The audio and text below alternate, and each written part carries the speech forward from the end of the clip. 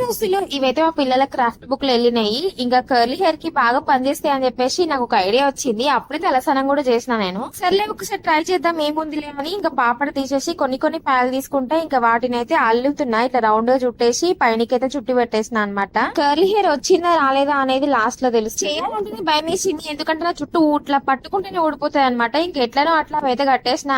చింతపండు ఏంటేసిన అది కొట్టాలి, అది కొట్టేంత సేపు ఇట్లా టవల్ కట్టుకుని పెట్టుకున్నా. ఎవరన్నా చూస్తే అయితే షాక్ అవుతారని చెప్పేసి ఇంకా టవల్ అయితే చుట్టుకున్నా. మినిమం 3 hours అవుతుంది. నేను చింతపండు మొత్తం కొట్టేసి వచ్చిన. కొంచెం చిక్కు పడ్డది కానీ మెల్లగా తీసిన అనమాట. ఒక్కొక్క టిప్పిన ఇంకా కొంచెం కర్లీ హెయిర్ లాగా అనిపించింది నాకైతే. మరి అంత పర్ఫెక్ట్ అయితే రాలేదు. నాకు కర్లీ హెయిర్ అంటే చాలా ఇష్టం, అందుకే ఇట్లా ట్రై చేసిన. కర్లీ హెయిర్ ఏమో గానీ అన్ని తీసిన కొద్దీ ఇంత జుట్టు అయితే ఊడిపోయింది. ఫైనల్ గా నా గడ్డి ఇట్లా తయారైంది, అదే జుట్టు అనమాట. మీరే చెప్పాలి కర్లీ హెయిర్ వచ్చిందా రాలేదా అనేది. ఎట్లా ఉందో కమెంట్ చేయండి. అండ్ వీడియో నచ్చితే ఒక చిన్న లైక్ చేసి సబ్స్క్రైబ్ చేసుకోవడం అస్సలు మర్చిపోకండి. ఉంటాం.